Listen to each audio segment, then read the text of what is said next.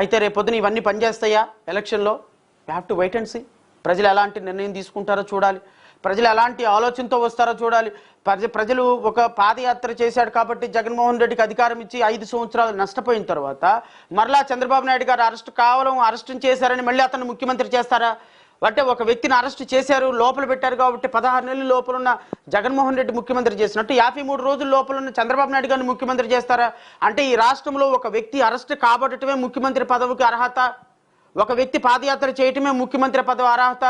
రేపొద్దున తెలంగాణలో కూర్చొని ఎలక్షన్ చేయాల్సినటువంటి ఎలక్షన్ ప్రాసెస్లో భాగంగా ఆంధ్ర మాకేం సంబంధం అదే, ఆంధ్ర ఉంటే ఎంత పోతే ఎంత, తెలంగాణ పెట్టని, తెలంగాణ ఆడపిల్లలని మాట్లాడేటువంటి షర్మిల రేపొద్దున కాంగ్రెస్ పార్టీ ముసుగులో మరలా ఆంధ్ర రావచ్చు.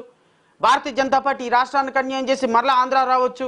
మరలా రేపొద్దున పవన్ కళ్యాణ్ భారతీయ జనతా పార్టీ ముసుగులో మరలా ఆంధ్ర పార్టీలో కలిసి ఇక్కడ ఉన్నటువంటి కమ్యూనిటీ ఓట్లన్నీ తీసుకెళ్లి భారతీయ జనతా పార్టీకి తాకట్టు పెట్టు. Anything is possible, anything is possible. పాలిటిక్స్లో ఎనీథింగ్ ఈజ్ పాసిబుల్.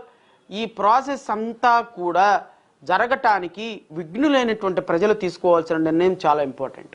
రేపొద్దున ఆంధ్రాలో ఏ పార్టీ గెలుస్తుంది స్ట్రైట్ అవే నన్ను చెప్పమంటే నేను చెప్పడానికి ఇక్కడ సిద్ధంగా ఉన్నాను. ఎందుకంటే ఏ పార్టీని గెలిపించాలో, మన ప్రజల భవిష్యత్తు ఎలా ఉండాలో, అవకాశవాద రాజకీయాల కోసం ఎలాంటి గొడుగులు, ఏ ఎండకు ఆ గొడుగు పట్టేటువంటి వ్యక్తులను ఏ విధంగా రాజకీయ పార్టీలను తరిమి కొట్టాలో ఆలోచించాల్సిన విఘ్నులైనటువంటి ప్రజలే.